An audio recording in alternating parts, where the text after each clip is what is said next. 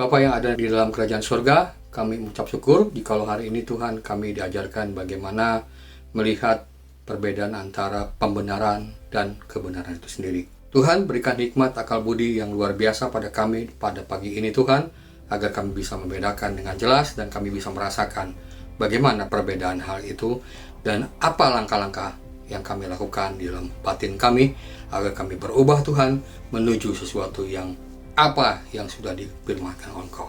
Haleluya. Amin. Selamat pagi Bapak Saudara sekalian. Sebelum saya mengucapkan perbedaan antara pembenaran dengan kebenaran, izinkan saya memakai kalimat benar dan salah. Bukan untuk menunjukkan benar dan salah itu suatu kesalahan atau kebenaran yang ditunjukkan menjadi memojokkan kita.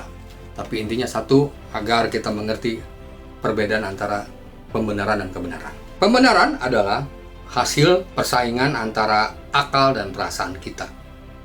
Oleh sebab itu, kebenaran adalah tidak ada kebenaran dari pembenaran. Karena kebenaran adalah sejati. Dari mana hal ini kita dapatkan? Contoh pembenaran adalah banyak sekali kita menyelewengkan hukum demi perut dengan perkataan tidak ada manusia yang sempurna. Kebenarannya adalah apa? Manusia adalah peta dan teladan Allah, sehingga manusia diciptakan sempurna, segambar dan serupa dengan gambaran Tuhan sendiri. Itulah yang membedakan pembenaran dengan kebenaran. Bapak Saudara sekalian, dalam kehidupan kita, seringkali kita berpikir secara perut itu.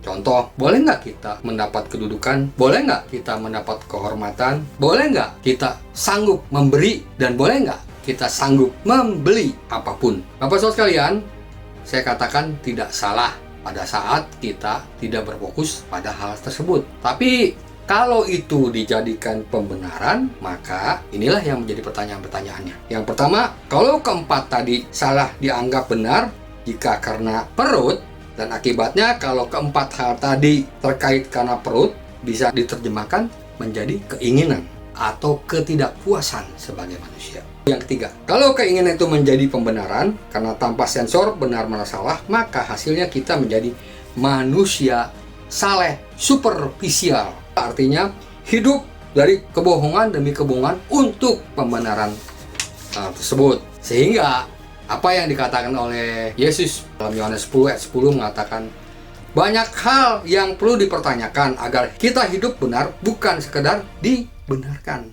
Apa yang dikatakan Yesus yaitu hidup itu ada dua, zoe dan bios. Kalau kita hidup itu hanya zoe saja, saudara sekalian, itu yang luar biasa. Tapi kalau yang bios, ya itulah hidup yang karena pembenaran.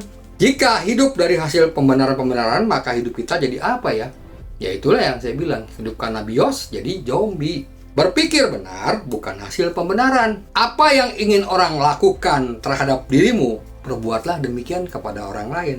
Bukankah Yesus pernah mengatakan demikian di dalam Matius 7 ayat 12 dan Lukas 6 ayat 31. Jadi Bapak Saudara sekalian, kita jangan terjebak dengan cara berpikir pembenaran. Jadi kalau pembenaran itu menjadi kebenaran, maka hidup kita penuh dengan kesalehan superficial. Dan hidup kita pun akhirnya dipenuhi dengan berbagai tuntutan-tuntutan akibat pembenaran-pembenaran yang saudara buat. Nah, bagaimana supaya kita berpikir benar? Bukan hasil pembenaran. Terus kalian, dalam Ibrani 13 ayat 5 mengatakan, janganlah kamu menjadi hamba uang. Dan kemudian ada frasenya, cukupkanlah. Artinya kata cukupkanlah itu kan jelas bahwa cukupkanlah apa yang ada pada kita, jangan mengharapkan lebih. Kalimat jangan mengharapkan lebih itu adalah sebagai jawaban bahwa hidup kita bukan sekedar perut, tapi kerohanian kita pun atau batin kita pun harus dipenuhi. Oleh sebab itu, bagaimana keseimbangan terjadi? Mari cari kebenaran sejati, bukan hasil dari pembenaran-pembenaran. Saudara ingin tahu hasilnya sebelum COVID ini, Bapak Saudara sekalian, bukankah hidup kita disertai dengan segala macam pembenaran? Tapi pada saat ini kita harus belajar kebenaran sejati. Karena semua tindakan kita, perbuatan kita selalu dihambat oleh keadaan dan situasi yang berubah. Kita mungkin mengalami depresi, kita mungkin mengalami hal yang tidak mungkin kita inginkan. Tapi mari, kebenaran adalah kebenaran yang sejati. Amin buat firman Tuhan.